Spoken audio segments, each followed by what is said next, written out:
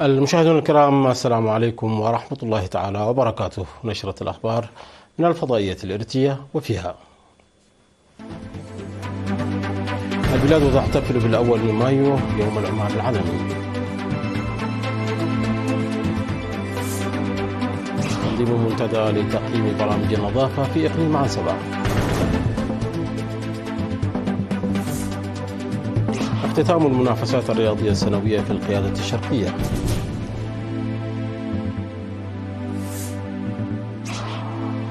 كوريا الشمالية تختبر مدمرة جديدة، وكيم يدعو إلى تسريع التسليح النووي البحري. إسرائيل تدلي سكانا وتنشر الجيش بعد اندلاع حرائق قرب القدس. طاقم سينشو الفضائي الصيني يعود من محطة تيانغونغ. أهلا بكم مشاهدينا. تم الاحتفال في أرض المعارض بالإكسبو اليوم بالأول من مايو اليوم العالمي للعمال. وقال نائب رئيس الكونفدرالية الوطنية للعمال السيد كبرى أبكداني في الكلمة التي ألقاها في المناسبة أن مشهد العمل العالمي يتغير بسبب القوى التكنولوجية وتغير المناخ واللجوء والحرب والنزوح والنمو السكاني. وأوضح بأن الكونفدرالية الوطنية للعمال قامت بعمل جاد في تأطير العمال وإعادة تنظيم النقابات وتنظيم برامج التوعية باعتبارها قضية أساسية في علاقات العمل. وذكر المستشار القانوني لاتحاد أصحاب العمل السيد سلمون كفلي أن إقامة أصحاب المؤسسات ومدرائها لعلاقات وثيقة مع عمالهم يجعل العمال يشعرون بالملكية، ويؤدي ذلك إلى تطور العمل ونموه. وقال المدير العام لقسم العمل في وزارة العمل والرعاية الاجتماعية السيد ولد يسوس إليزا أن الأول من مايو هو يوم وحدة العمال وتجديد العهد للدفع بالإنجازات ومواجهة التحديات والسعي بلا كلل إلى إيجاد الحلول لها والسعي لضمان بيئة عمل كريمة لجميع العمال. حضر الحفل الوزراء وكبار المسؤولين في الحكومة والجبهة والدبلوماسيين المقيمين في إريتريا وممثلي وكالات الأمم المتحدة. ويتم الاحتفال بيوم العمال العالمي للمرة 135 في جميع أنحاء العالم وللمرة 34 في إريتريا.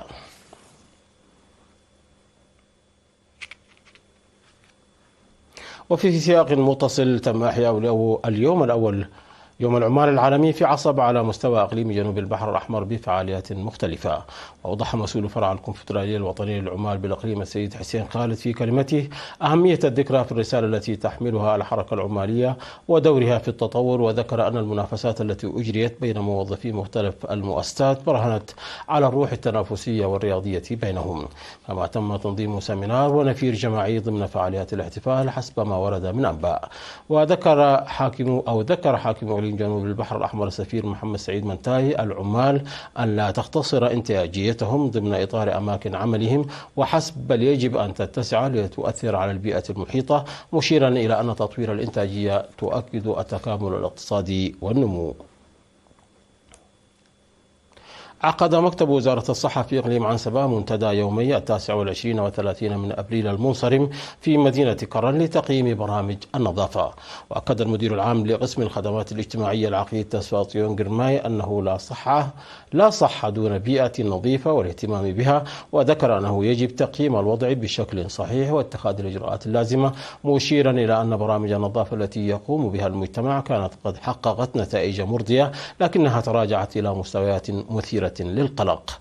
وأوضح مسؤول مكتب وزارة الصحة الدكتور هينوك صحايي ومسؤول وحدة إصحاح البيئة السيد برهاني قبركدان أن المشاركة الفعالة للمجتمع أمر بالغ الأهمية للوقاية من الأمراض الناجمة عن نقص النظافة. وذكر في المنتدى بأن إصحاح البيئة التي وصلت لنسبة حوالي 95% عام 2022 انخفضت بنسبة 20% هذا العام، مما يتوجب تكثيف حملات التوعية. وبعد مناقشة مستفيضة للتقارير المقدمة من المؤسسات الصحية في 9 مديريات، أصدر المشاركون التعليمات التوجيهية للعمل على مستوى الإقليم. من جانبه دعا حاكم إقليم عنسبة السفير عبد الله موسى إدارات الضواحي والشركاء إلى لعب دور رائد في رفع مستوى الوعي وإحداث تغيير سلوكي.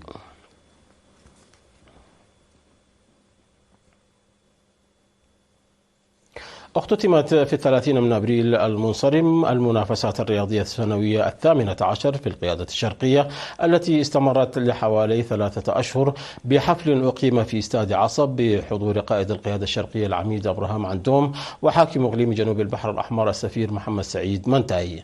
وأوضح مسؤول الإعلام والتعبئة في القيادة الشرقية هكتوم تسفى مريم في التقرير الذي قدمه أن الفعاليات الرياضية شملت كرة القدم وكرة الطائرة وكرة السلة والدراجات والسباحة وكرة الطائرة الشاطئية وألعاب القوى والشطرنج والرماية للجنسين بمشاركة 1275 متنافسا. وقال إن المسابقات التي كانت تقام في السابق في بلدة عصب فقط أقيمت في مواقع الوحدات ليتمكن معظم أفراد الجيش من متابعتها، موضحا بأن الأداء التنافسي للفرق جاء نتيجة التحضيرات المسبقة. وفي كلمته قال العميد أبراهام عندوم أن الرياضة وسيلة ترفيه ليس فقط لأولئك الذين يشاركون فيها بل أيضا لمن يشاهدونها على أرض الملعب وخارجه. وأشاد بالدور الذي لعبته الوحدات في تنفيذ البرنامج. وتم في المناسبة توزيع الجوائز على الفائزين فرديا وجماعيا. وحصل فريق دراغون بكأس البطولة 18. تميز الحفل بعرض ثقافي فني قدمته فرقة النسر الفنية التابعة للقيادة الشرقية.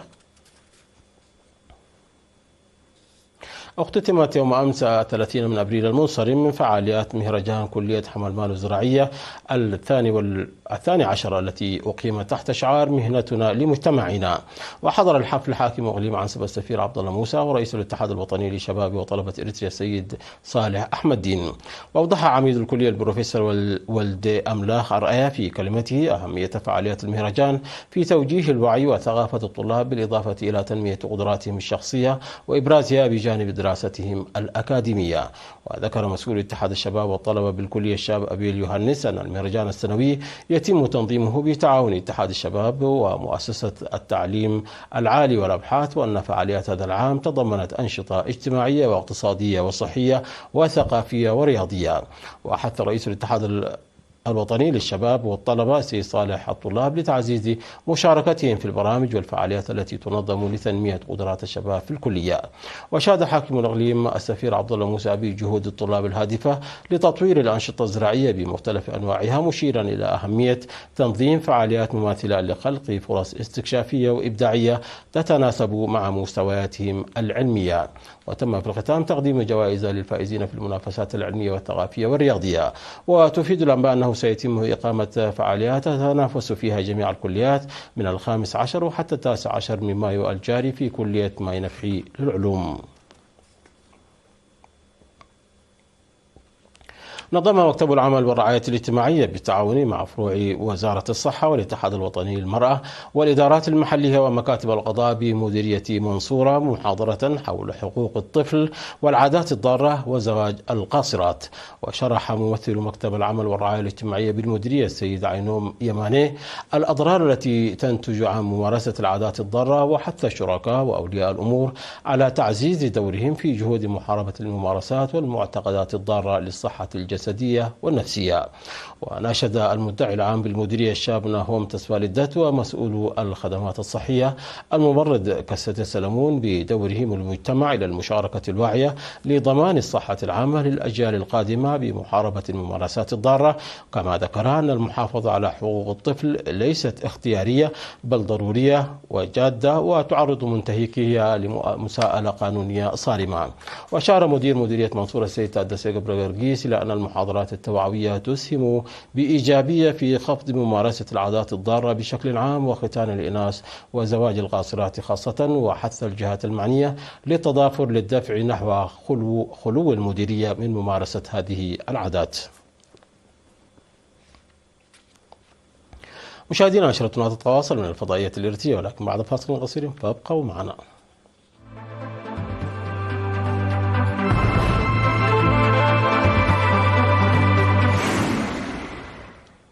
أعلنت كوريا الشمالية إجراء أول اختبار لأنظمة الأسلحة الرئيسية على متن مدمرة بحرية جديدة تحمل اسم تشوي هيون يومي الاثنين والثلاثاء الماضيين. وأفادت وكالة الأنباء المركزية الكورية الشمالية بأن الاختبار جرى تحت إشراف الزعيم كيم جونغ أون، الذي شدد على ضرورة تسريع وتيرة التسليح النووي للقوات البحرية بهدف تعزيز القدرات الدفاعية والهجومية للبلاد. وذكرت الوكالة أن التجربات تضمنت إطلاق صواريخ كروز استراتيجية فرط صوتية وصواريخ مضادة للطائرات ومدافع آلية عيار 127 ملم، إضافة إلى أسلحة موجهة تكتيكية مخصصة للعمليات من سفينة إلى أخرى. وفي كلمة له خلال الإشراف على الاختبارات، دعا كيم إلى تحسين أنظمة التسليح البحري خلال فترة زمنية قصيرة، مشيرا إلى أهمية إنشاء نظام دفاعي استباقي وهجومي يتمتع بقدرات هجومية عالية. وكشفت بيونغ يانغ أن المدمرة مزودة بأنظمة هجومية متقدمة تشمل صواريخ باليستية وصواريخ كروز استراتيجية. اندلعت حرائق قابات يوم الأربعاء قرب القدس بسبب الحر الشديد والرياح، ما أجبر السلطات على إخلاء تجمعات سكنية وإغلاق طريق سريع رئيسي بالتزامن مع إحياء يوم ذكرى إنشاء دولة إسرائيل. وقامت الشرطة الإسرائيلية بإجلاء سكان على طول الطريق السريع الرئيسي الواصل بين القدس وتل أبيب، والذي أغلقته أيضا بسبب اندلاع الحرائق في المنطقة. وأعلنت دائرة الإطفاء والإنقاذ الإسرائيلية أنه نظرا للظروف الجوية القاسية التي تزيد من احتمال انتشار الحرائق وتطورها، فقد حظرت إشعال النيران حتى 7 مايو.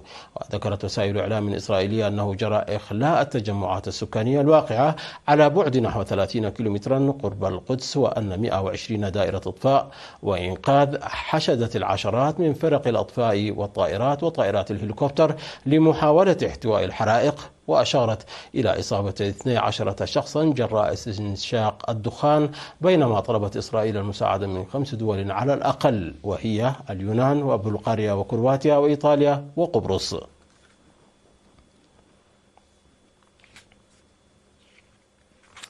عاد 3 رواد فضاء صينيون إلى الأرض أمس الأربعاء بعدما أمضوا 6 أشهر في محطة تيانغونغ القصر السماوي المدارية الوطنية، ما يمثل خطوة جديدة في سعي بكين إلى أن تكون قوة فضائية. وأكدت وكالة أنباء الصين الجديدة أن الكبسولة هبطت بسلام، وأن رواد الفضاء ال3 العائدين بصحة جيدة. واعتبرت الوكالة أن مهمة سينشو 19 المأهولة كانت ناجحة تماما.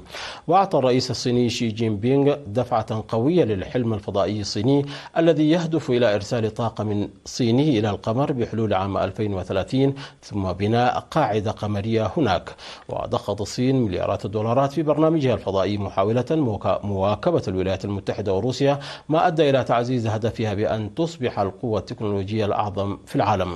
وأرسلت الصين الأسبوع الفائت طاقما جديدا يضم 3 رواد فضاء إلى محطة تيانغونغ في مهمة شينشو 20، وأمضى أعضاء الفريق الجديد بضعة أيام مع زملائهم من شينشو 19 في المحطة.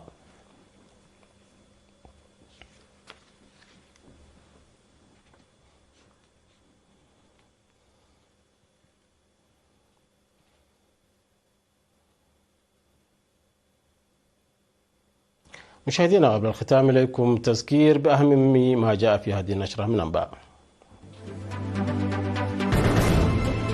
البلاد تحتفل بالأول من مايو يوم العمال العالمي. منتدى لتقييم برامج النظافة في إقليم عسبة. واختتام المنافسات الرياضية السنوية للقيادة الشرقية.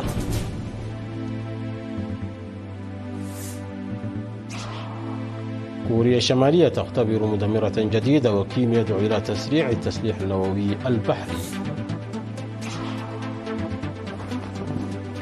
إسرائيل تجلي سكانا وتنشر الجيش بعد اندلاع حرائق قرب القدس. طاقم سينشو الفضائي الصيني يعود من محطة تيانغونغ.